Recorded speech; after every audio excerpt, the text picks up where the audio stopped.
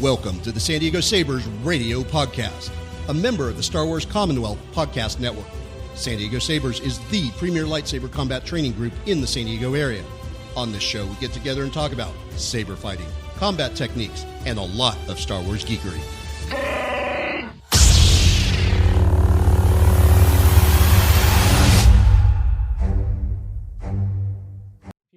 This is producer Andre, and I just want to welcome you to this special edition of the San Diego Sabers radio podcast.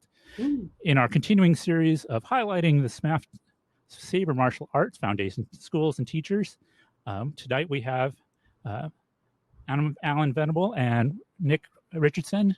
Nick from Phoenix Saber. Oh no, I got that wrong. I'm going to have to edit that too. Alan from Phoenix Saber Academy and Nick from Penguin Saber Academy out in Palm Desert. And from that, the Phoenix of the Sea. Phoenix of the Sea. There we go. Okay, this is going to be a fun one. I'm going to tell you right now, we're probably going to laugh a lot. I'm going to let Alan take lead on this. If you are watching on the Facebook site, I will be monitoring that for questions. If you want to actually possibly join us live in the video side of things, get over to Get Vocal, and I'll be monitoring that as well. So take it away, Alan. All right. Welcome, everybody. This is the president of the Saber Martial Arts Foundation, Alan Venable. I am going to be interviewing the in Saber Martial Arts Foundation. We wanted to kind of highlight the people that you might be learning martial arts from, the Saber martial arts. So we have a series of questions, some good, some maybe a little too personal. We'll find out. So we selected our good friend Nick to get us started and going. So Nick, can you please first off tell us about yourself? Who are you and why are you here? I'm Nick. I'm the Emperor Penguin. I'm from Penguin Saber Academy in Palm Desert. And if my your favorite color is green. Nick is 14. That's why his voice is cracking. Yes, I'm 14 years old, still going through puberty. Nah, actually, I'm 25 years old, but still going through puberty. That fact is true. Incapable of growing a beard. You'll probably notice from all this, if you keep watching, everyone will have facial hair except for this asshole. Well, yeah. Morena didn't. Huh? Morena doesn't have beard. Yet. I could make a Steven comment, but I won't. Get her a fake beard next time. Trying to think here. I don't know. Like I'm that's it. I teach lightsaber, or I'm sorry, glow sticks. I mean, that's a good start. So how did you get the high ground? Well, I took some steps. Went from sea level to above sea level, and right. that's stairs. But you're located in Palm Desert, though, isn't that? Yes, below. Yeah. We're located in Palm Desert, below sea level. We're actually the farthest thing away from the high ground you could possibly get. Right. Anything lower would be the Marianas Trench. True. Yeah. Very true. Nick, give us some background, man. What made you get into martial arts? Well, as a young lad of like 5 years old, I was never really one for sports as a younger kid. And my parents were always just like, yo, like we need to get this kid in like some form of like physical activity so he doesn't end up like a fat ass at some point in his life. So they wanted me to get addicted to like endorphins and like get a good healthy lifestyle and socialize, because kids need to socialize. Sure. We moved out into Palm Desert right around 2008, and out here there's a event called the Golf Cart Parade where all the local mom and pop businesses they get a golf cart, they doll it all up, and it's a whole parade, and it kind of shows off and advertises the business for free, and it's a really fun family event. And when I went there, there was a fencing club with like 10 students, and they were fencing down the 1.5 mile long strip of thing, and they fenced all the way there and all the way back. And I just remember I'm like, yo, mother, sign me up.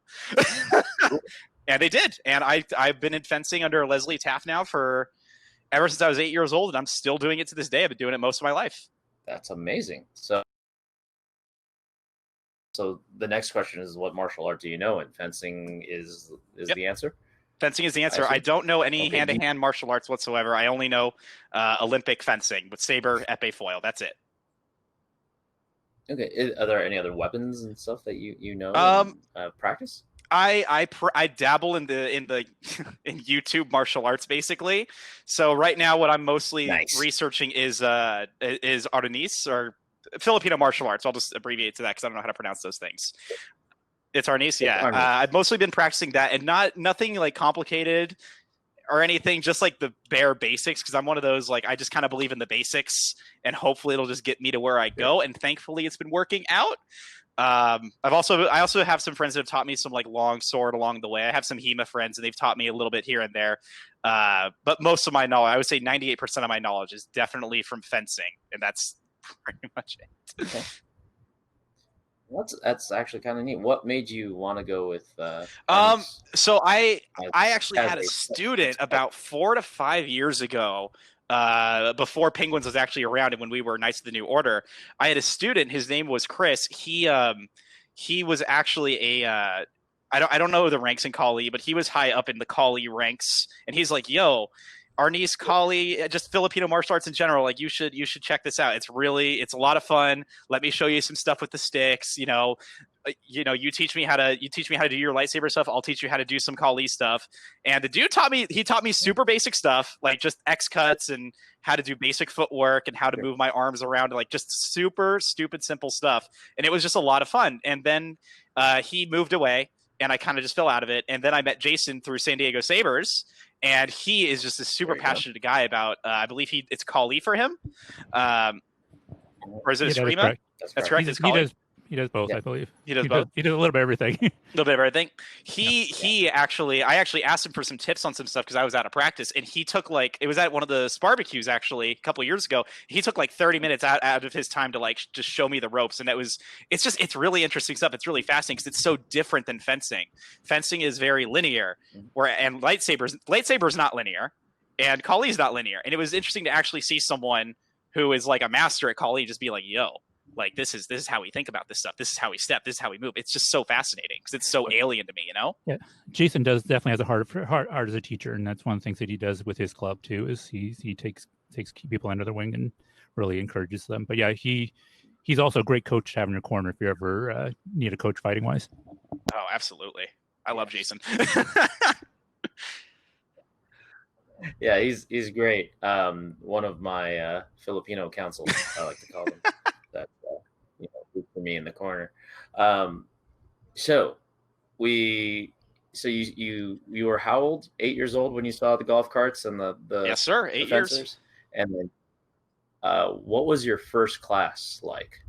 Was it overwhelming? Was it just like it was instant love? It was like. A lot of romance novels and stuff, and a lot of Disney stuff, it's always love at first sight, right? So instead of love at first sight, I'm going to go love at first swing. Not sexually, just, swinging the sword. You're the only one thinking that, my man. I feel like I had to cover my bases, okay? There's one freak out there like me, guaranteed. But it was absolutely love at first swing. Like, she did it like my coach is literally like, okay, we're just going to take our sword, we're just going to tap this metal bar.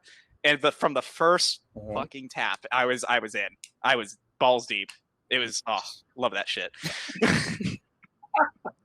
So, what did she give you, a foil first or a saber? We started on saber first. We definitely started on saber first. She actually did a personality test to kind of fit us into the appropriate sword.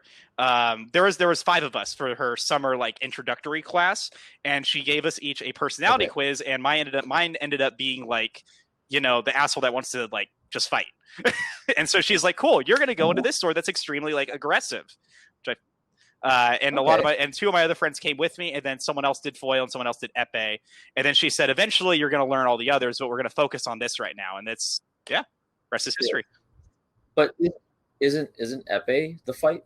Like everything is legal? For those of you that are just listening, yes. So epee is my least favorite because, and it's ironic because the rules are very similar to lightsaber rules, and you would think I would hate lightsaber, for that reason, but I don't. It's epee is it's all stabby, and it's all I don't know, everything is target, which is cool. I mean, that's fine. I don't mind that everything is target. I mind the stabby. because it's just I don't know. when I think of pirates, I don't think of like two dudes like, hold on, good sir, let us fight on this linear thing and poke at each other for a few hours. I think no, I want to fucking like run you through. Let's kill each other. Like I don't know. But isn't that a different weapon? I mean, yeah, it's cutlass. Yeah, pirates use cutlasses, but when you're 8 years old, you're not thinking that. Okay, I just want to make sure my worldview. No, your worldview is not shattered. 8-year-old Nick was just stupid. Okay. Too much Errol Flynn. Not enough actual Saber stuff.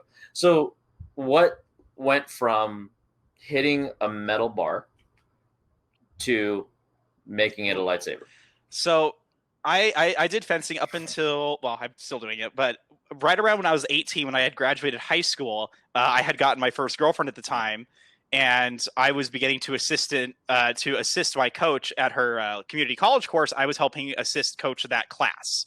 And one of the students at the time, I met him in that class in my very first semester. And he's like, dude, Nick, you have a great personality. You're a great person. I just started up a lightsaber group. You should totally like come and hang out with us. Like, I'll show you some like Shicho stuff, the Form 1, and you can show, off your Makashi or your fencing stuff. And like, we'll have like a trade for trade thing going. I'm like, hell yeah, let's do it. And I brought my girlfriend with me because I was like, oh, she'll have fun with this. It's freaking, it'll be like a one-time thing. It wasn't a one-time thing. I mean, it again, it was like fencing, first time I swung that lightsaber, like love it first swing again. It's, yeah.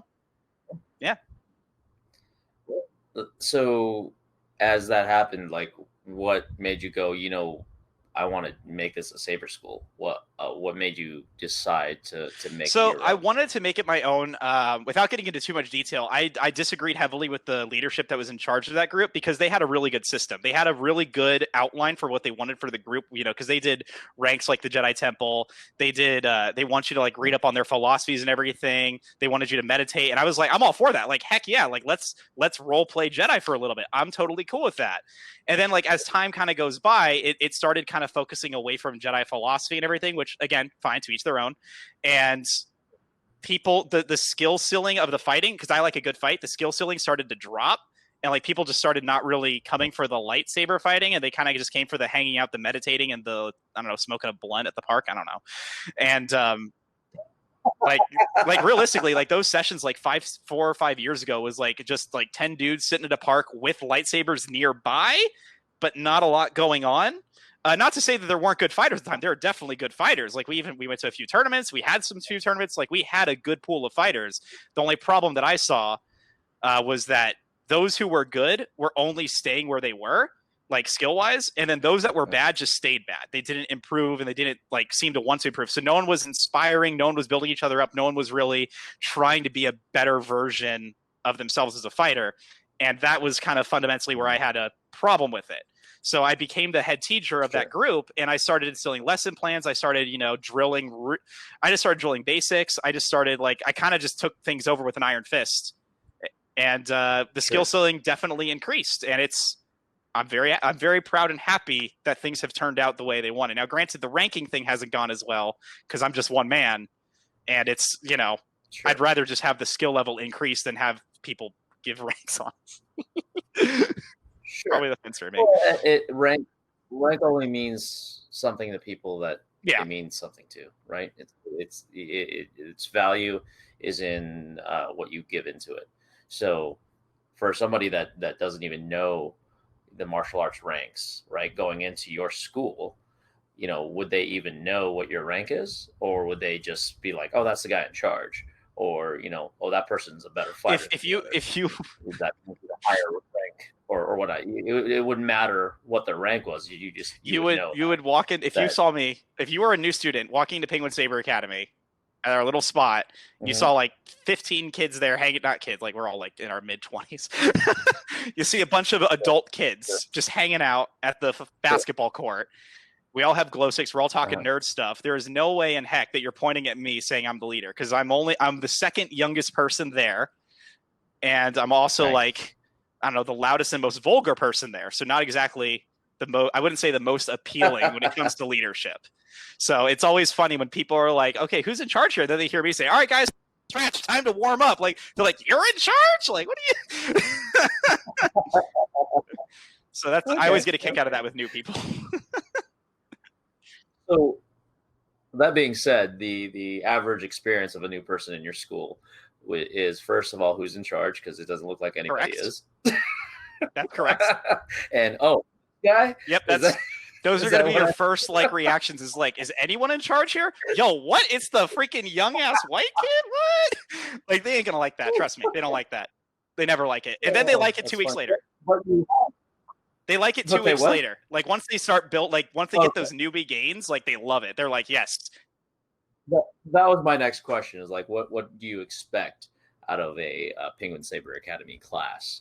Like, if you just so if it's a day one for you, it really it really depends on my mood. I see Andre dying inside. I don't even have words. We probably should have put a disclaimer up that Nick teaches a Sith Academy.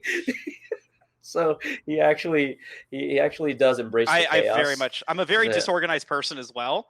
The reason my camera's aimed a little bit up is because like this is a mess back here. I just got back from like 3 weekend trips in a row. So, but so if it's your first day, it depends on how I'm feeling first and foremost. It also depends on how the new person is feeling. It also depends on the physical capacity of the new person. It also depends who is there at that session. Because if I have a session where it's if it's 3 of my highest ranking people, if it's one new person, that day is going to be completely focused on the new person. Like I'm not even going to care about the Lord. Our highest rank is Lord. I'm not going to care about the Lords at all. I'm going to say, you guys do whatever you want, or you can join in on lesson 1. I don't care. If I have someone there that is like midway, so like for example, one of my students, Lauren, she is the second lowest rank, and she's working her way up to the middle rank. One of the requirements for the ranks is to teach a lesson 1 to a new person, which helps promote bringing in a friend to maybe teach them and show them things. Because, a lot of people like to have someone to teach, and also to see if you can actually reiterate the lesson that I give the most, which is lesson number 1. So if I have someone like that there, I'll have them teach it, and I'll shadow and I'll watch them and I'll correct. Worst case scenario, if it's just me and the new person, I'll do an entire 1 hour, like here's how we're going to stand, here's how we're going to walk, here's how we're going to swing, here's how we're going to, stab each other, and now we're going to spar with buffers. Yeah, I mean, it really just depends. And then, and then when it comes to when they have to spar, I'm afraid to say this. When it comes to when they have to spar, we make kind of a big deal about it. We bring out the cowbell, we get really loud, we turn on really loud music, and we'll draw straws to who gets to pop their sparring cherry. And it's a whole event, and people love it. We just had a guy about 2 weeks ago. His name is Alex. He just graduated from Boffers to Sabers, so he can actually start climbing the ranks. And because of that huge transition of going from the training Boffers to the Sabers, we made a huge deal about all right, he's been here for a month. Who wants to freaking beat the Saber? Let's. Oh, I love it when it's their first spars. I love watching them lose their innocence. It's so beautiful. It shows your inner sadist. Good job. A lot of sadism at Penguin Saber Academy. A lot of sadism. Well, yeah, well, obviously. I hope you like getting hit. I mean, right. That should be another tagline on your shirts. Not just "We are not porgs." I hope you like getting hit. Yo, Saber Academy. Wait. I actually need stuff for our 2020 shirt. That's a good one, Alan. Hold on. Hold. I mean, I'm the president for a reason. Wait, I want you to say that again. Say it one more time. I hope you like getting hit. Yeah. Penguin Saber Academy. I hope you like getting hit. Perfect. All right, that's going to be on my next shirt. I really like that. That's really good. I will accept a 5% kickback. For -2%. Anyway. I can't pay for them myself. All right.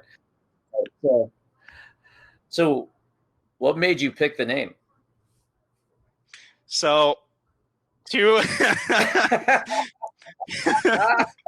reasons.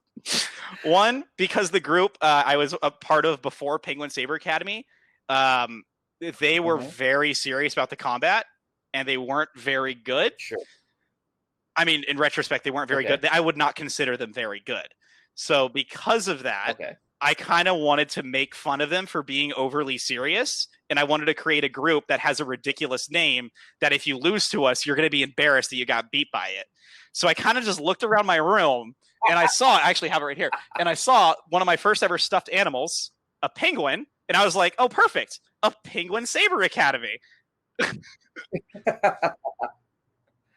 So I think anybody that's listened to any of these, I blame Nick I blame Nick. a lot for all for all of this, because Nick actually showed up to one of my tournaments at Phoenix Comic-Con, and he's the one that introduced me to all these fine people. It's not my fault. And at the time, you didn't have Penguin Saber Academy, and I remember you fighting with my my padded sabers, and then we showed up to one of your tournaments and we met everybody at San Diego Sabers and Cotno at the time, and then when you transitioned to Penguin Saber Academy, it was really, really fun because now you started to be known to fight in certain outfits. Yes, I fight in a penguin onesie. So yes, Nick fights in a penguin onesie, and when I finally did a Phoenix tournament here for the Saber Martial Arts Foundation, Nick won. Did I wear the onesie in that tournament? I did. You did. I have the videos on my Facebook. Yeah. I just never look. So those of you that don't believe that it's ridiculous, watch Nick in his penguin onesie winning the first Rise of Phoenix tournament. You know, Alan, you've been winning at all of my tournaments for the last 4 years. It's about time the Penguins take one. Well, it's not okay. I'll say this until I'm blue in the face and I pass out. Do not, for the love of God, if you're running a tournament, participate in a tournament. Don't be the guy that shows up the tournament. No, of course, absolutely, 100% agreed. So my whole thing about running tournaments is let's make sure everybody's having fun, everybody gets their money's worth out of it, and I don't think that would be fair if I participated in it as well, because then all the prizes and stuff I bought, so why would I keep them? I want to give them away. So it's one of those things, and that's one of the things that actually I really made me go, you know what, this Nick guy actually knows what he's doing, because he's actually following certain cardinal rules that are unspoken in tournaments and stuff. But what made you want to run tournaments? Was it just because it wasn't happening, or was it just because it was time to go out and find people outside? Dude, I love this question. I love that question. I've never been asked that before. There's a few reasons. With lightsaber fight combat, there's a huge potential here for something a lot bigger than what it is, and it's really disappointing to me that we are back when the first tournament I ever ran back in 2014, 2015, whatever first tournament I ran. I remember thinking back then, like, this could be a thing, and I need to show people that this can be a thing. So how do I show people in Southern California, a very densely populated area? How can I show them, like, this is, hey, those movies that we all loved as kids, like, we can turn this into a sport. There's things here. We can turn this into a martial art, a sport. I don't care what you want to call it. We can make it a thing. And that was the first thing, is I wanted to just show people, like, there is potential here. And the first tournament definitely succeeded that. Because of the first tournament, there's a few organizations popped up because of that. And then I don't know. I also like hosting events. I'm kind of a narcissist. So I also kind of like hosting events and being the MC and kind of running things. And I actually really like the stress and chaos of the moment. I kind of thrive on crazy. If you haven't noticed already, I thrive on that. And that's also very enticing. I'm actually really annoyed of COVID, because I would have already run 2 tournaments this year had it not existed. Like, we were planning a tournament in March. And of course, that's when California got shut down. And then we couldn't do the heat wave this year. Like, I'm super disappointed. But I don't know. Like, primarily the reason I wanted to do tournaments, though, was there is so much potential for lightsaber combat, and groups just, for some reason, they keep falling through before they get to this tournament stage or this league stage or this, where it could be actually bridge itself from being like ultimate frisbee to being NFL football. It can, like, we're in this weird awkward stage of, like, everyone's kind of on their own, and we're all still a little alienated. It's better than it used to be, but we're still in that stage. And it's those tournaments, I'm trying to get them to help bridge that gap, get more eyes on it. And the more we do that, the better chance we have of spreading awareness, making this an actual professional thing. Because the talent's there. I've seen the fights. You've participated in the fights. Andre's participated in the fights. Andre, Get very far. I love fighting Andre, by the way. He kicked my ass with Chicho. Anybody that fun. has stood by and heard us for this long in the podcast is into it. True. So we all want to make sure that the Saber martial arts world gets out there and in front of more people, and hopefully people get to watch our fights and get to watch our events and get inspired to join, and learn not just lightsabers, but any sort of martial art, but also kind of go, oh, I can take my world of geekiness and my world of martial arts or love of fighting and put them together. It's not they don't have to be exclusive. Agreed. It's a beautiful thing we have, and it's a really shame that it's not more popular than it is. Star Wars has been around for 40, 50 years at this point. Like 43. That was close. But it's I don't know. It's a kind of an enigma to me that this hasn't taken on sooner. And well, the reason is really because of certain decisions by the owners of the intellectual property to not officially license anything. So as soon as somebody does it, it has to have a different name. So it's kind of one of those things. It's a catch-22 because we can call it what we want, except for certain things that will draw everybody to it. So that's really the double-edged sword, though, because as we are going there, you are Penguin Saber Academy, not Penguin Lightsaber Academy, because then Disney will give you a cease and desist. Yeah, and that's the thing. Like, if you that reminds me, actually, do you absolutely charge for not? classes? I haven't charged. I've never charged. Granted, that thought bounces around in my head all the time because I put a lot of time into this group. Because if you did, Disney would want that. So that's probably the reason why I chose to not charge. Because I remember when I made that transition from Cotno to PSA, I was literally like, is this the time to charge? Because I have a good product. It's a successful product that is proven. However, I don't have the money to fight House of Mouse lawyers. Right. Well, a part of that too is literally the canon, right? So you have legends, however you want to say it, but it's literally nobody wants to say that is Form 1. This particular thing is Form 2. I think it's so much fun, and there's so many groups out there because there's so many interpretations of the different forms, and that makes it good. Instead of going, okay, everybody, this is Form 1, kata, official.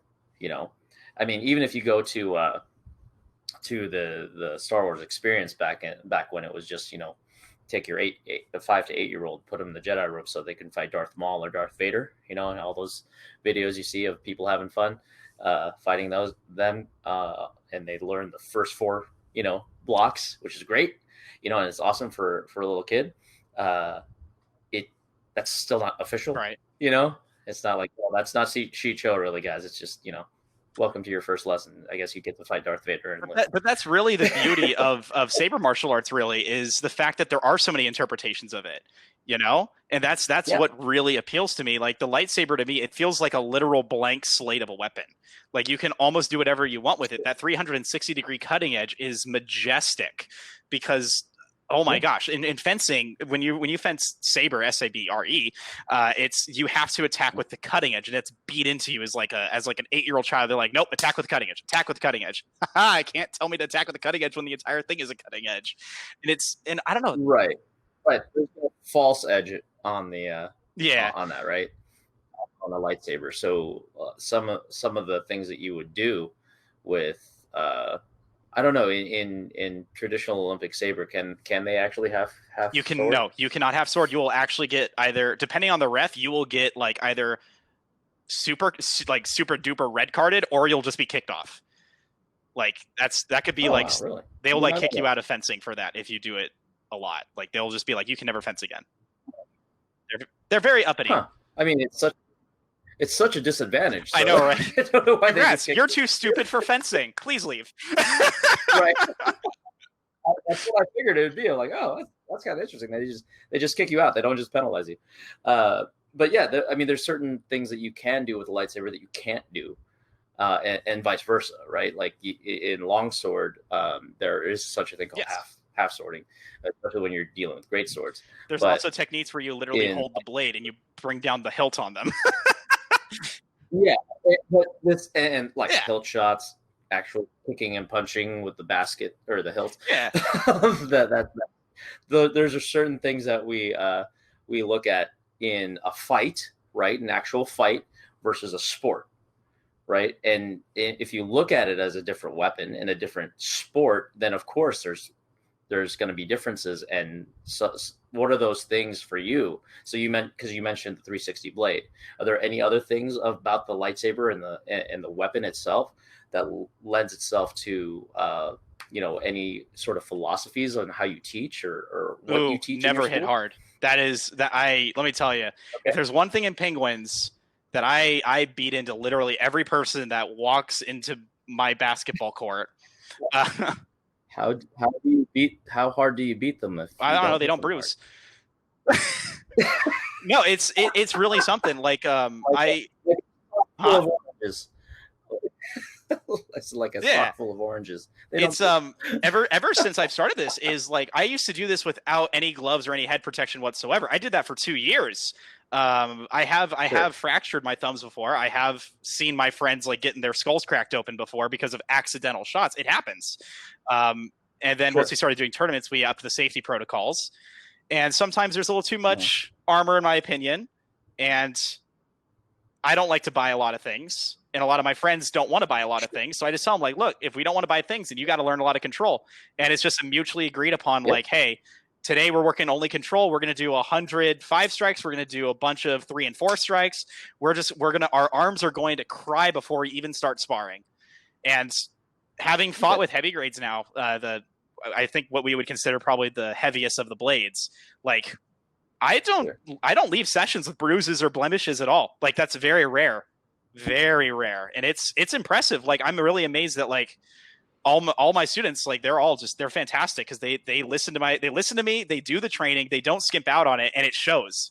I hear a lot of people are afraid of heavy grades and afraid of this because they're afraid of getting injured, but I haven't gotten bruised in 3-4 years from this. Yeah, when we first started and we kind of had a mix between heavy and mid, we could tell who had mids because people were coming home with welts and bruises more than the heavy blades. And then we have a kind of a understanding of as hard as you hit, as hard as you're going to receive it. So we'll tell people, hey, you're hitting a little hard. And if they don't back off or learn from that, then we hand them off to someone who likes also hitting hard. And it becomes a teachable moment that everyone realizes, oh, we shouldn't be doing that. Yeah, I've had to do that before with with my direct apprentice Amy. She's our hardest hitter. That 5'1" little girl, hardest freaking hitter in the entire group. And I don't know how. It's amazing. But we were training for a tournament and she was wailing on like everyone. And I hadn't fought her yet. And I was like, when I fight her, I'm going to make her cry because she is making everyone else cry. And it's like, you know what? It's time for your I don't like to do that. I hate doing that. But when you tell people to hit light and they just don't do it, you got to do it. Sometimes you have to, and it kind of sucks. But that being said, she has not hit hard since. This tough love works. It only takes once. Once you get one bad experience, you realize like, oh, this is what I'm doing to people. And it's having empathy for your opponent is extremely important, especially in something like this. And it's, Sure. Well, then again, that splits the philosophy, right? You do run a Sith school. Yeah, I know. But there are still rules. There is still a social contract and an understanding. There's a difference between role playing and reality, and the reality of the sport is safety. Now, role playing, we're sadistic as hell. Yeah, but it is treated as a sport in your Yeah, school. first and foremost, It's it is a not sport. just it's not just goofing off and Correct. whack each other with. I mean, unless you guys want to like goof off, but you're probably gonna get a bruise. But that's the thing though, is like in your school, in your actual classes, there is an understanding like no, control has to be maintained. I think a lot of first timers are always surprised that it's not actually just joking around, that it's actually like a thing. So that's absolutely. It's always nice seeing those reactions too. Nick is the one on our SMAF council I know that just loves. He relishes the fight. He loves going up to people and fighting them. It's just like, hey, I don't know you. Can we fight? That's kind of how I met Nick. But so your previous experiences in fencing, you gained some more experience in other martial arts due to your relation to Sabers. So that's kind of cool. And is there anything you look forward to learning or doing? Because as teachers, as martial artists, we're always looking for the next thing that we want to learn and the next thing. So what's on your table now? What are you looking forward to learning or doing? Is it just more arnis, or is there a specific skill that you want to learn? And so if we're talking like, because I have a lot of long-term goals with this and a lot of short-term goals too. So for example, like my extreme short-term goal is literally I'm looking forward to my next fight tonight. I can't wait to get whoever I'm fighting tonight. I can't wait to hit them, and I can't wait to get hit, and it's going to be a great time. So like right off the bat, that's like the thing I'm most excited about right in this moment is like I'm going to go to session, going to teach some people, and then we're going to kill each other. Like it's going to be great. The next thing that I'm working on like skill wise, you asked me this question like right when COVID began, and the answer is going to be the same. I'm still working on my footwork. Because it like in fencing, in lightsaber, like my footwork, it feels atrocious. I know when I look at it on camera and I film myself, it doesn't look horrible, but it always feels wrong and it doesn't feel perfect enough. And that has always been something, even as like a young little fencer, my footwork has always just been awful. So that's just what I've been working on nonstop, like every day, 5 minutes of footwork every day. And that's always the thing. As for other martial arts, I want to get better at Filipino martial arts because I'm using that as a base for our Ataru Form 4, as well as getting better at handling the footwork of capoeira. One of my students actually has done capoeira for a couple of years, and he's been teaching me the footwork behind the scenes. And I've combined that a little bit with our niece and Kali, which is probably a perversion of making people like hate themselves right now. I get it. You can come and kill me. It's fine. I get it. But it's So capoeira, stepping. So you're teaching everybody. I'm the one being taught right now. I'm not teaching. I am not. I have taught only my apprentice, and it's because we're learning it together.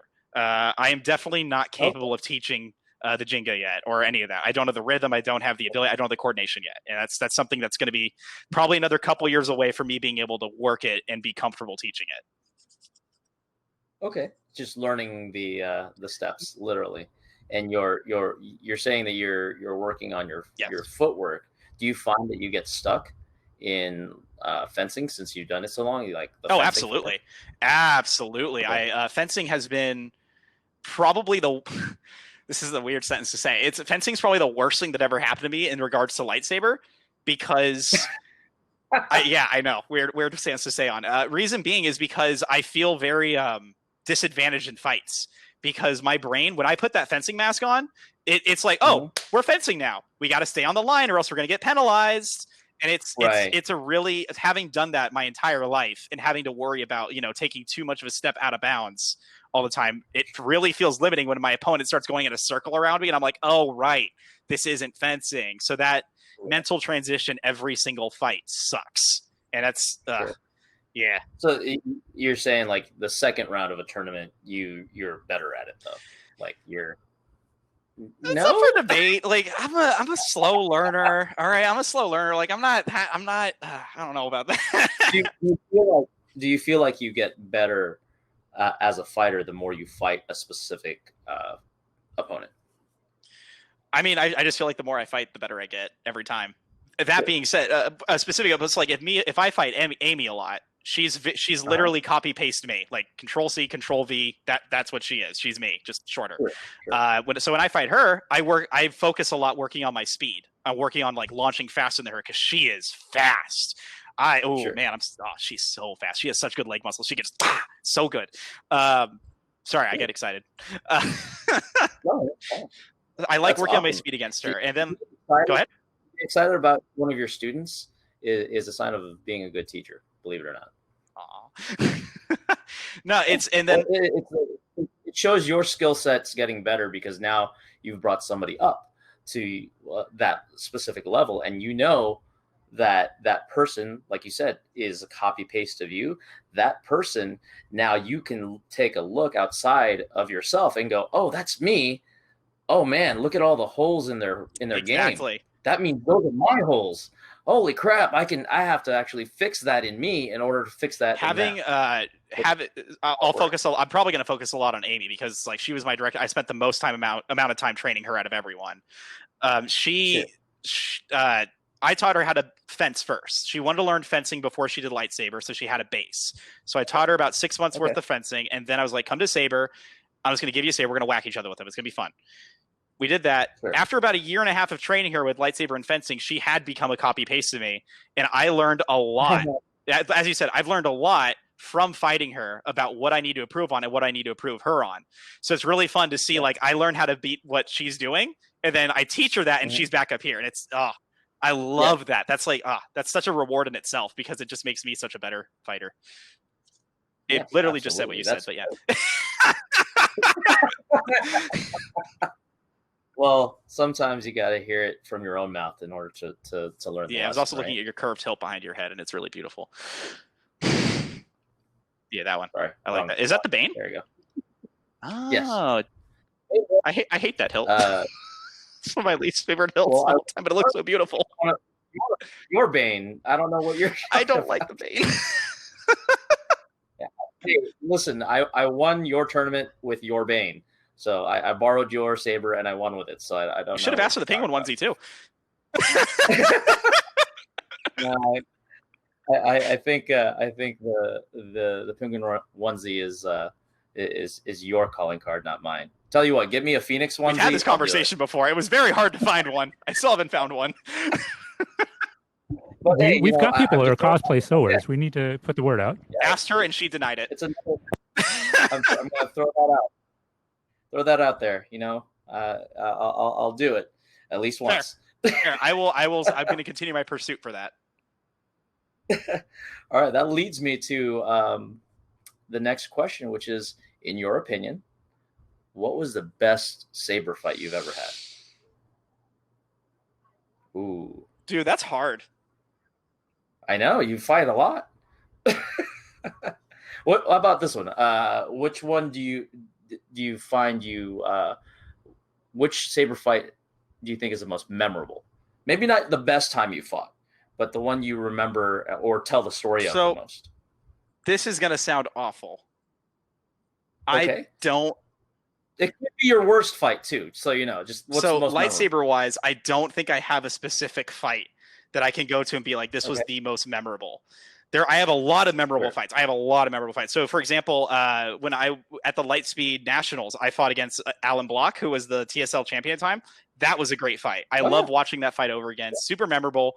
It was like playing a chess game with him.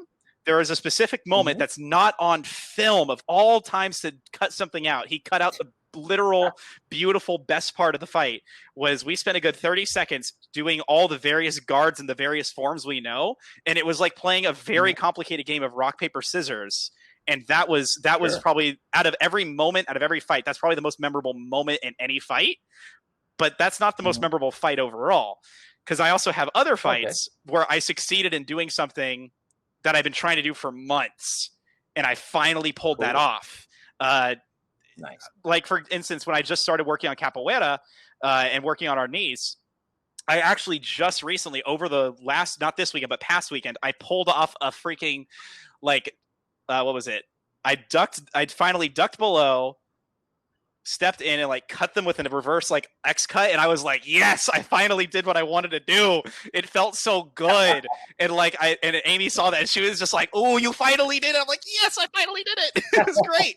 Like, I don't know, there's just a lot of those little moments in each fight that I find very memorable. But like as a fight as a whole, and I don't mean any disrespect to anyone I've ever fought, like everyone I've ever fought, I love fighting you guys, please fight. It's just I feel like I've fought so many times, my body count is just too high at this point. I'm a Saber slut. I don't know what to say. Well, that's totally fine. That's part of the process, though, is actually practicing on, practical application instead of, working on theory and practicing hitting a body opponent bag or a punching bag. You do want to see how this works, let's say out in the wild, right? To see if you can pull off a specific technique that you've been working on and either draw this person that doesn't know what's happening, or somebody that's not your training partner, doing it and go, oh man, that was awesome. Can I do it again? Exactly. Or can I do it once? So that's excellent. That's a great answer, man. How about this? What do you feel is your worst fight or worst technique maybe to try to teach, learn, fight with? So I have a lot of answers for like techniques that I don't like to teach or that I struggle to teach, because my philosophy with fighting in general is basics. I'd rather just never teach anyone anything complicated, because the basics work, they're consistent, and they're easy. So the learning curve is relatively low. And once you master the basics, then you're kind of hard to fight, even if you know complicated things, even if your opponent knows complicated things. So I'm going to start by saying I love teaching basics, and I'm going to continue, and I'm going to just keep doing that. I really hate teaching overly aggressive movements. So, for example, in fencing, we have something called a beat go, which every sword technique has a beat and a go. Like that's every sort of techniques. When I teach it in Makashi, it's like fencing. When I teach it in Sorasu, it's close enough to fencing where it's not aggressive. But if I teach it in Shicho or Gemso or in Vapod, like it's super hyper aggressive, and I'm always scared when demonstrating it. You are blessed in the name of the Lord, Alan. Thanks. No me Padre de Dios Espíritu Santo.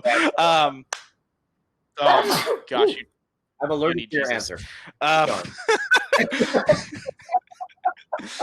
I just don't like teaching hyper aggressive things, and because my personality is, I'm not a very, contrary to what my fencing coach believed when I was 8 years old, I am not a very aggressive fighter. I'm a very pacifist fighter. I'm very defensive. I'm very counter fighting. So when I teach someone a beat go or a really heavy, like just strike to the blade, strike to the person, or redirection of the blade using power, I never feel comfortable about it, because it's just not my personality. And I feel like I look awkward, which of course everyone will be like, why do you make it look so clean? And it's like, it doesn't feel clean. It feels dirty. Like it's weird. That's because you're in a penguin onesie when you do that. Is true. My balls get very sweaty in there, so that is uncomfortable. There you go. Okay. Look, that's a contributing factor to fighting. All right. One of my questions is what makes you happy, proud, and want people to know about your fighting in your school. And I think I don't want to ask that question because you just Wait, what was the question? I zoned out. What makes you happy or proud that you want people to know about your fighting, your school? And I think you just answered it with TMI. Sweaty balls? Well, actually, unlike the sweaty balls, the thing I actually am the most proud of are my students, because it's really nice to have the affirmation. What a teacher. No, but it's okay. Wait a minute. Wait, I know that's such a generic like teacher answer, but like they really do make me proud. It's the background of a lot of my students they have zero martial art experience. They haven't done fencing. They haven't done HEMA. They haven't done longsword. The guys like the Kali guy at my group or the longsword guy at my group, those are far and few between. I've been doing this for going on 6 years now. I can count how many guys that have come into past experience on 3 fingers. It's so far and few between. So to have 20 members and to see them go from like flinching when a saber is swung in their general direction to having them step in with a block, beat the opponent's blade away, and then smash them in the face. Like, to see that transition over a relatively short amount of time, 1 to 2 years is a very short amount of time for improvement. It fills me with a lot of pride. And then to take them to tournaments and to see them succeed. I was talking with Frenchie and Miguel that went to your tournament in Phoenix with me, and they were in the lower division. And I remember telling them, like, again, like, I remember after that tournament, them getting like third and fourth. I told them, like, I was super, super proud of them. And they were like, yes, we are proud of ourselves too. And then I remembered that again. I remembered it last weekend. I was just filled with joy again. I was just like, I hope you guys know that I am extremely proud of you. Like, I know sometimes it feels like you get shit on a lot, and I know I'm a little bit of a sadist here, but the reality is I'm very proud of you guys. You guys have progressed a lot. And it's I don't know. That's probably what I take pride in most in Penguins. As for myself, I pride myself in winning a lot. Okay. Simple answer. That's totally fine. No, I mean that we fight to win, not to lose. Especially if you're a sadist.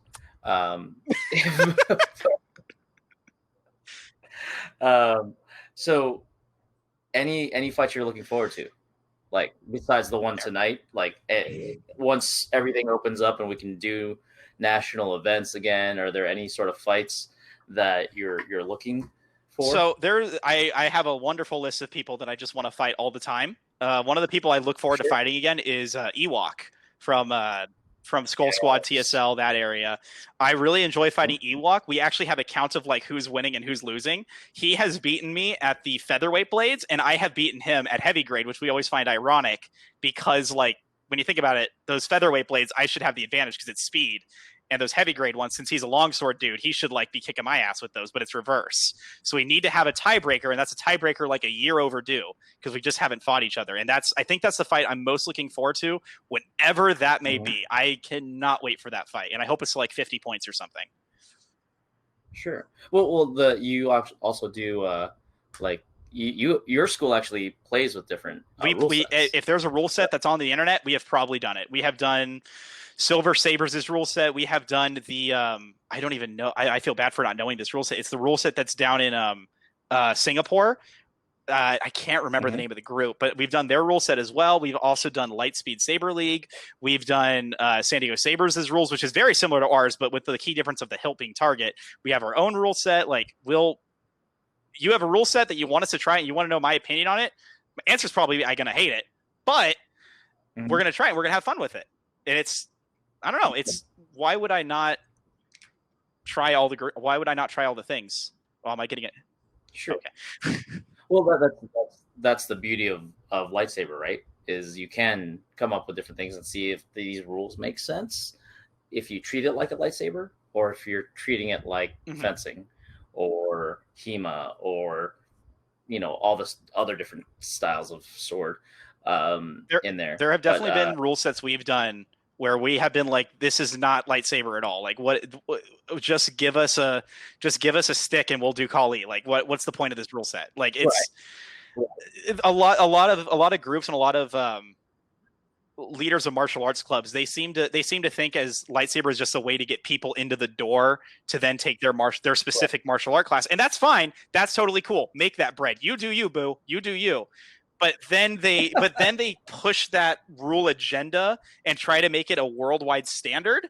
And that's where I start getting like, have you actually like researched other rule sets before you made your own when you proposed this? Because I can tell you now, we're not going to like it, and I haven't even tried it yet. And then we tried it, and of course we don't like it. It's very interesting how that just kind of comes about, and it makes me a little sad because not everyone is getting the true lightsaber experience that they should be getting with it. Well, your school does treat the lightsaber like a lightsaber, like you said, not necessarily with any particular rule set, but as you teach it as if it was a lightsaber, 360-degree blade. No, do you do pommels or subas or basket hills? We shame subas. We definitely shame subas. We have one guy that uses a suba. And it's fun because people in our tournaments, we allow subas because that allows more people to join in and makes them less afraid to join. That being said, though, We don't like Subas. We think they're, if you wanted to have a guard on your hilt, go take kendo, go take fencing, go do something that's not lightsaber. Last I checked, no Jedi in canon has a Suba on their blade that can stop another lightsaber. I have yet to see that. If you do find it, please send me a link of like all the research, because I doubt it's real. It's right. Yeah. Well, like even the lightsaber resistant materials, right? Oh, the extremely rare metals that very few people could get their hands on, including the Jedi themselves that had a really difficult time finding it. Yeah, totally. Yeah. So that's usually what people say when they're like, no, this is made out of cortosis or electrum or Mandalorian iron or whatever. No, it's a vibro hilt. Right. So, but you do teach without Subas, yes, mainly, but you do allow them. Yes, I will allow them, but you will be shamed. We have everyone in our group hates Subas. Like even the guy who uses Suba doesn't actually like Subas. And whenever he brings it out and we hit the Suba and we all hear the Suba, everyone will just yell out Suba, basically admitting that he would have lost the point if that had not been there. It's like Sure. we'll just constantly shame you. It's so. When you teach, do you guys teach with the hilt as a target? No. So the only thing that goes against like how viewing a lightsaber as a lightsaber, it still kind of stops at hilt is not target. Mostly because it's just really difficult to ref with hilt being target. We've gotten too used to refing without hilt being target, and that's kind of kicked our ass in the long run, because I want to make that transition, but I'm realizing refing is difficult. I always forget refing is difficult until I try to teach someone else how to ref, and then it's like, oh, that's another good point. You teach people. Yes, how to I teach. Every one of my group needs to know how to ref. If you don't know how to ref, and if you don't want to learn how to ref, please do not be in my group. You need to learn how to ref, because I am not going to ref every single fight and hold your hand through everything. You need to be able to ref yourself without a ref being there. You need to be able to keep your score while you're fighting. You need to be able to ref other people fighting. And I don't care if you're a secondary ref, but you need to know what's happening. If you don't know what's happening, you're at such a greater disadvantage. Like, right. If you learn how to ref, you become a better fighter, because you can you learn to see and hear things that you wouldn't usually do if you're a fighter. Yeah, it's definitely. It's difficult. Reffing is difficult. I would say reffing is more difficult than actually doing the martial art itself. I think there's an argument that could be made there. That being said, though, it's everything that's difficult should be attained, though, because it just makes you such a better person in the long run, such a better fighter, such a better just overall person. Like, because then you'll have more empathy for refs too, because the ref's going to get some points wrong. Everyone gets points wrong. All the new people love to shame me because of my bad math skills.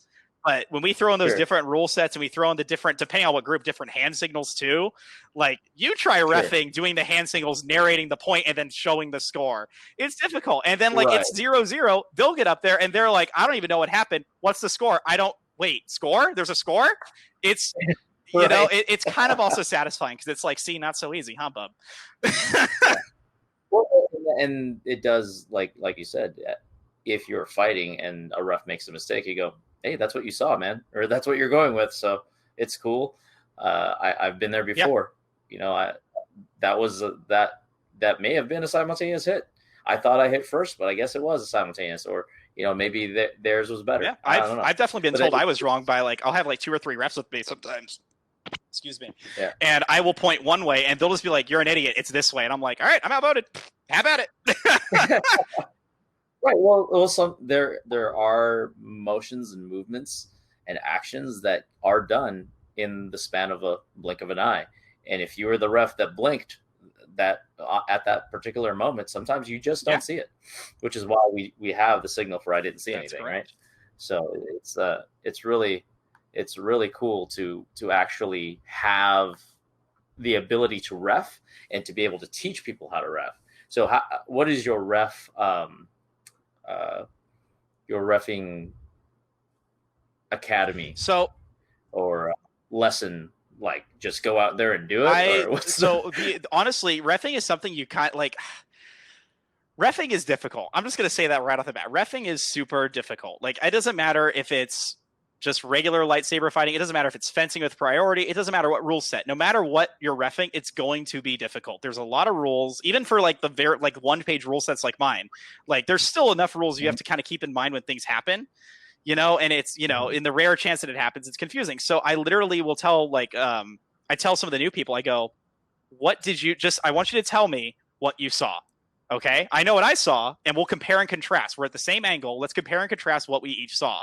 And sometimes, the fighters will get a little bored of it, but it's a very necessary step.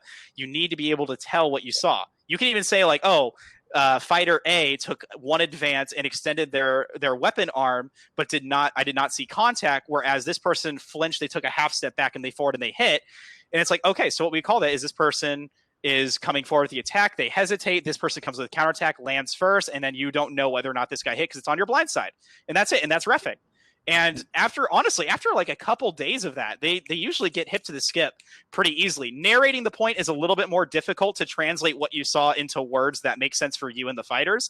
That takes a little more practice, and not everyone is capable of doing it, admittedly. But as long as you can tell me who hit first, we're good. That's all I need. Right. So do you prefer reffing or fighting? Because I know you have a power trip whenever you're. I actually do not like reffing. I hate reffing. I've said this before on one of the other earlier podcasts, but I abhor reffing. It is my least favorite thing to do. It is, if there's one thing that I could take away forever, it would be reffing. I hate it, but it's a necessity, and it's important for everyone's learning experience, including my own, because through reffing, you see things that you don't always see just sitting on the sidelines, half paying attention. So it's I don't know. I've recorded some videos this past week where I'm in the camera spot reffing, and you'll see my anxiety while I'm reffing, with my hands and my shoulder movements. I'm anxious. I hate reffing so much, man. And when those videos go up, you guys will just be like, "Oh, Nick hates this." So you prefer I definitely fighting. prefer fighting, but I mean, at this point, I don't mind reffing. It's just a necessary evil. Sure, but you prefer fighting, but you also teach reffing as mandatory requirement. There you go. It is mandatory in your school to do that. How important is, you mentioned, video? How important is video to your school and your students? Video capture is a thing I have a love-hate relationship with. I am a control freak, so when it comes to editing things down, I want to do all the editing, but I also don't have a lot of time to do that. Between work, Saber, Frisbee, working out, all that stuff, I got a lot of stuff on my plate, and right now I have 6 hours of film that I need to edit down for everyone, and I hate it. When we did fight reviews, and you're like, Nick, go record a fight. So that night, I went and fought a guy for an hour, filmed the whole thing. I am still editing it down. You just send it to me, and I edit it. I'm almost done. I'm literally 5 minutes away. Well, actually, it's an hour and a half of work, but it's 5 minutes away technically. Well, that's what I'm saying. Is it does it help or does it hinder? Do you encourage your students to film their fights absolutely. and watch? You should always record your fights as much as you can. In fact, I would also love to record people drilling. We have a dance in Sheet Show to help bring new people up to speed with flow. Called this Zumba? Sure, Zumba, or we call it the 7-pointed star. And it's just a series of basic 1, 2, 3, 4, 5, 6, 7 strikes. And a lot of people have a hard time, especially with the last 3 strikes. So what I like to do is I like to film them, and I like to have them watch what they're doing wrong and see if they can point out to me what they've done wrong. And then using that film, they can fix it. I'll record them again. And it's a really helpful tool, especially with form work. As I assume you guys would do that with karate and whatnot. With katas, it would be something about the same. Maybe not. Maybe that's not allowed. But if it is allowed, that I feel like it's a useful tool. Well, in our Kung Fu school, part of your black belt test is recording yourself. Yes, part of your black belt test is showing up with a video of yourself doing the form, so we can sit down and talk about how you're doing your form. It highlights the good and the bad because the camera doesn't lie. You're not. It doesn't care. So when we're sitting there, as like I said, when you can step away from yourself and see objectively into something else, even if it's just that one angle, then you have a better chance of learning the lesson. Hey, you know what? Your foot is here. Did it feel like you were in a low stance because you weren't? Because let's take a look at this. Here's the angle. Things like that really help. So when you do review a fight. I mean, that's Yes. part of the fun. Part of the fun is actually going, oh, okay, that's how I got beaten. How can I train against that? Or what was my footwork or my stance like in this particular moment that caused me to lose the point? Or even better, what did I do right to get those points? Was it you basically have to, like you said, drill and train, the basics. And that's one of the basics, is actually to see yourself and go, Yeah, it's I think film is extremely helpful. It's so for example, it's actually super important in Penguins. After a tournament in Penguins, we have like 3 dudes that'll like film the things for us, and then I'll go, all right, we're gonna spend an entire week this week. We're gonna go over every single fight in the tournament that we have recorded, and we are gonna say what we did right, what we did wrong, what we should have done, and we will literally spend the like all 3 sessions like in a classroom setting, basically going over like everything, because it's just so important to observe one's opponent and observe oneself too. And then of course using recording as a training tool as well. It's like all those things are like, all these tools we have are so important, and to not use them is kind of ridiculous. Right. Well, it's easier than ever to record yourself. Your girl, that Guardian Live, chiming in. See, I've been listening to what y'all have been saying, right? And Nick, about the beard, hear me out. Is about to happen to the point where I'm bringing down the house. Fuck it, we that animated. All right, I'm here to talk to you at a real level. I'm ready. You know me, I like to talk smack. You like to talk smack, but let's hit it. Okay. You poor fucking motherfucker. Why? Why do you think you can't judge for shit? You think that that's the hardest part? We all see it. We all see you being self-conscious about it. It's fine. It's chill. Fight me. Anywho, we still haven't fought yet, so I am throwing down a Okay, gauntlet. let's go. Where and when? Fight me. Where and when? Where and when is the point. Now, I know that COVID's kind of happening right now, which is slightly unfortunate. True. And I would like to just see how bad your Makashi is, because I know you've done some fencing, but like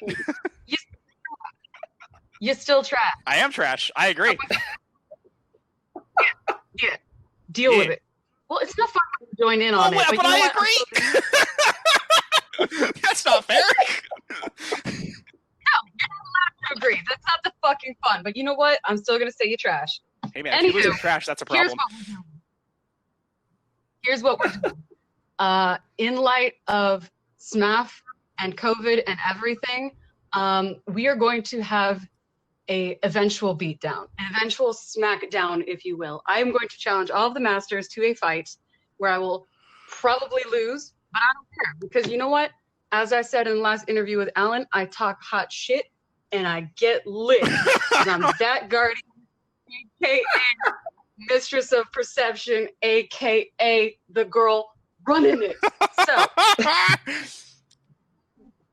all right, I would like to retract my Ewok statement. I have a new target. Sorry, Ewok, you gotta wait another year. There you go. I'm waiting for this Porg motherfucker to come down to San Diego. Wait a minute. I ain't no Porg. Wait a second. This Porg guy, his logo, trash. His trash. Like he's trying to be a penguin, but looks like a Porg. Oh my god, this is great.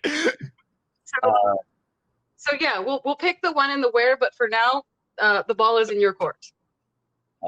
So the views expressed in this does not reflect the views of Saber Martial Arts Foundation. But Miranda does carry the full weight of the San Diego Sabers. Take it. That's why she's SD Saber 2020. She is 2020 personified for San Diego Sabers. Yes. Yep. That's it. What up, girl? And when he says the weight of San Diego Sabers, he means the weight of the trolls in San Diego Sabers, not actually Eric and the school itself. It's just all the meme lords behind me are like, go get him, Tiger. And hell yeah. I'm so excited. Yeah, because he's ready. He's ready for the popcorn of me just getting the absolute walloping. I'm still going to cuss, and I'm still going to talk. I wouldn't expect any less. In fact, I'd be disappointed if you didn't. Yeah. As the crater is forming around me from the sheer mass of all of the masters destroying me, I'm still gonna be like, yeah, but your logo's shit. I feel like we're all like the most like relaxed people ever with this too. I feel like we're the least intimidating people in the country. Alan's the guy who, like, I swear to God, smiles the most out of every human being in the world. I wear a penguin onesie. Like, you're throwing the gauntlet on two very unintimidating people. Well, see, that's going to be the fun, is that with everyone, even the people that I haven't met yet, I still have to throw down the gauntlet because we have to have a summoning of the masters eventually. And the excuse that we're going with is the Marina beatdown. Oh, I get to watch Fode fight you. Oh boy, I can't wait to watch Fode fight you. Yeah. Things started with Fode. This whole thing started with Really? Fode. Oh Fode man. and I, we have this habit, and he has it too, of even if you're better than me, I'm still going to trash talk. The reason why is because it gets people to not only have fun and relax a little bit, like on the real, but it also gets the masters to actually fight you. Because they're actually like doing other things, and you're like, no, you trash, fight me. And they're like, okay, I see you're approaching me. Let's go. So, yeah, man, it's going to be the Marina beatdown after COVID. All the masters gather together. We're going to have a nice dinner. We're going to talk flop. And then we're going to destroy Marina. But Gotta wine and dine before you get killed, right? I really want to pick their brains. I want to understand their different forms. I want to really get to know them before they wreck everything that I am as a human being. You may just surprise yourself. You may just kick our asses. You know what? I got to train. I've got training during COVID, which has really helped. And I'm hoping that some people get slower and I get faster. Yeah, see that right there. You got, like, if you're training over this COVID, you have an advantage over like 90% of people in this. Like, that's actually not as common as I would hope it would be. True story. Yeah, we'll try to figure that out too. But Fode's definitely gonna be the fun one. It's gonna be really awkward because Fode also trash. Oh yeah, trash talks so much. We'll be sitting there chirping like 30 minutes, and then we'll throw a couple blows. Like that's it. I think the most awkward part is when it's going to be to the Masters of Smath that I haven't met yet.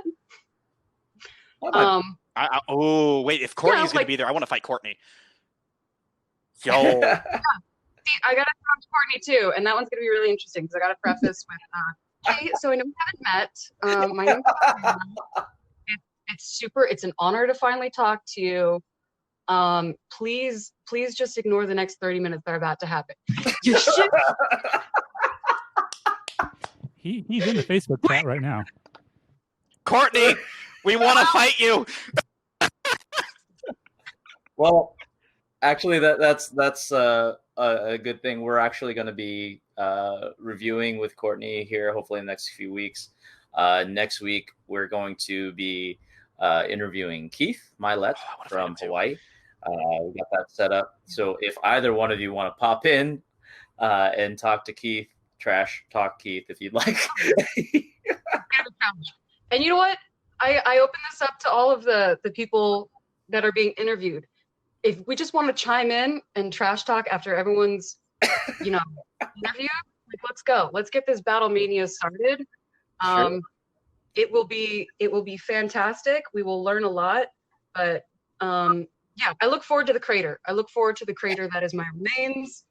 And so I bid you adieu, and I leave it on the fact that, Nick, just why? Why do you even bother? Like, why do you even bother? Just anything at this point, just anything, like teaching or existing, because, if cool.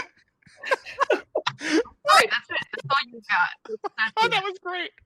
I'm sorry, Minnie. Just check out. Just check out. Anyway, life. Oh my God, that was great. All right, that was great. That's a highlight of the day right there. That was fantastic. We do have a question from the Facebook chat. Let me find it again. Okay. The question was, which other saber arts are you implementing in your training? And that's from, I'm going to say his name wrong. He's from Mexico, and his name is Hebes. Sure. So I know, Alan, that you have a little more diversity in your background. So if you want to start with this question. In my training, I do so many different styles of sword that you kind of have to do one style a day, basically. Otherwise, you kind of get them mixed up. And because there are 7 forms of martial arts, of Saber martial arts, right? The form 1 through 6, you just assign one every day, and it works out pretty well.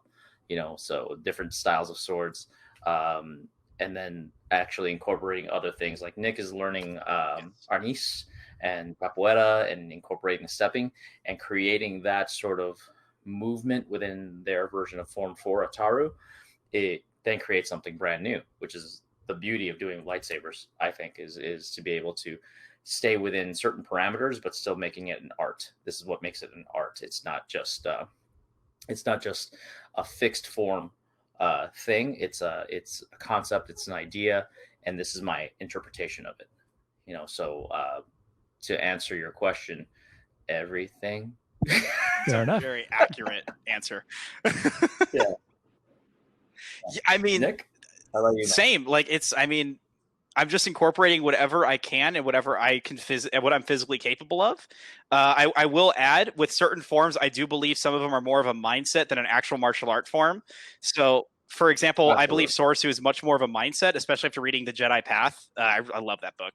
I've always viewed it as more of a mindset. So I'll go into it like teaching it like, hey, you already have the basics for 1 and 2. Here's like a stance I want you to work with. But basically, you're doing the same blocks, you're doing the same thing, but I want you to be slower and more calm with Soursu.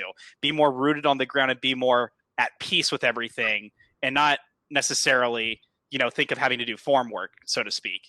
And then it's the same thing with Form 7. Like, it's, be pissed at everything. It's, I always kind of tell people with Form 7, it's like, look, now that you have control, I want you to actually put your emotion into the fight without going overboard. I don't want to make you like want to kill someone, but I want you to put negative emotion behind your blade and actually have that malice. And so, as opposed to Alan's answer of martial arts, I always try to incorporate different mindsets with different forms, because I do actually believe that every form has a different mindset in itself and doesn't necessarily have its own solid physical form. Right. Yeah, whereas my answer was depends on the sword. Yeah. Because every sword shape is slightly different, so you have to use it slightly different, or use it more effectively slightly different. With a lightsaber, it can be one weapon can be all weapons, so it's kind of cool. It's the the 360-degree blade, right? It's the having no edge, but the whole thing is an edge. It's a whole thing. So like I said, art is an expression, and this is one of those things that puts sword play into a wonderful, beautiful box of just playing around with certain concepts and ideas that might fit together, and it actually just might work. Whereas if you did it with a specific sword, it doesn't work. You're generally not going to fence with a katana. It does still stick into people, but you're not going to hold parries and stuff like that. But it's meant to slice. It's things like that. But with the lightsaber, you can mix those styles together, which is really cool. Man. I would have loved to have seen Pablo Picasso fight with a lightsaber. He probably would have done some weird shit. Probably. Never thought of that. I've also never thought of that until Alan started talking about that. I'm like, oh, Pablo Picasso would be so weird. Right. But other than that, how do we find you? You can find me on Facebook, YouTube, Instagram, Penguin Saber Academy. Pretty easy to find me. And eventually, once you finish that's bio, true. I have homework to do still. Once I finish that bio, you can also find me on Saber Martial Arts Foundation. Yeah, I don't know. Like, if you live in the Palm Desert area, just ask who's that asshole who does the lightsaber stuff, and you'll eventually find me. I'm at the end of the road. And you must use those words. If you do use those exactly. words, you will get me. If you use other words, you'll probably get the local KKK group, but that's a whole nother thing. Not even a joke. There is a KKK group out here that has a very similar name to Penguin Saber Academy, and it's if you Google us, sometimes they'll pop up. Is it just penguin? No, Racist it has nothing to do Academy? with I mean, penguins. what's- Actually, it has nothing to do with penguins. It's actually similar to Knights of the New Order, but it's like Knights of like something else order. And for some reason, Penguin Saber Academy also pops up Knights of the New Order, and so like somehow that happens. So I've gotten people messaging me like, "Are you guys racist?" No. We're definitely not. It's just local KKK group is different. They got a similar name, I guess. And on that note, Andre. Look, you are the ones that brought me here. You brought me here. when San Diego Sabers gets searched online, we get a hockey club. And so that's where I'm going to preface where you can find all the things San Diego Sabers. If you look up San Diego Sabers and you find a hockey club, that's obviously not us. But you can find us online at sandiegosabers.life. That's our website.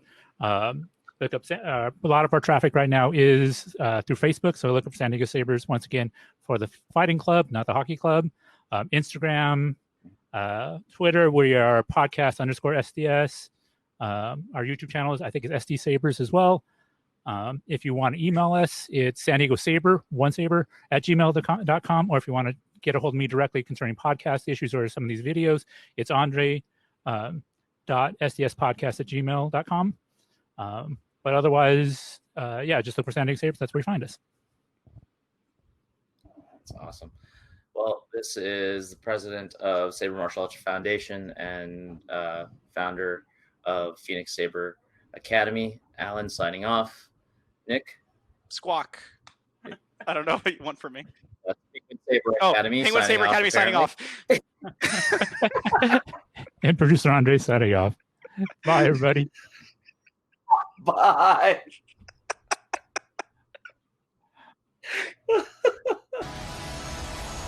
Until next time, remember, always keep your blades up, don't lose your tip, and may the Force be with you.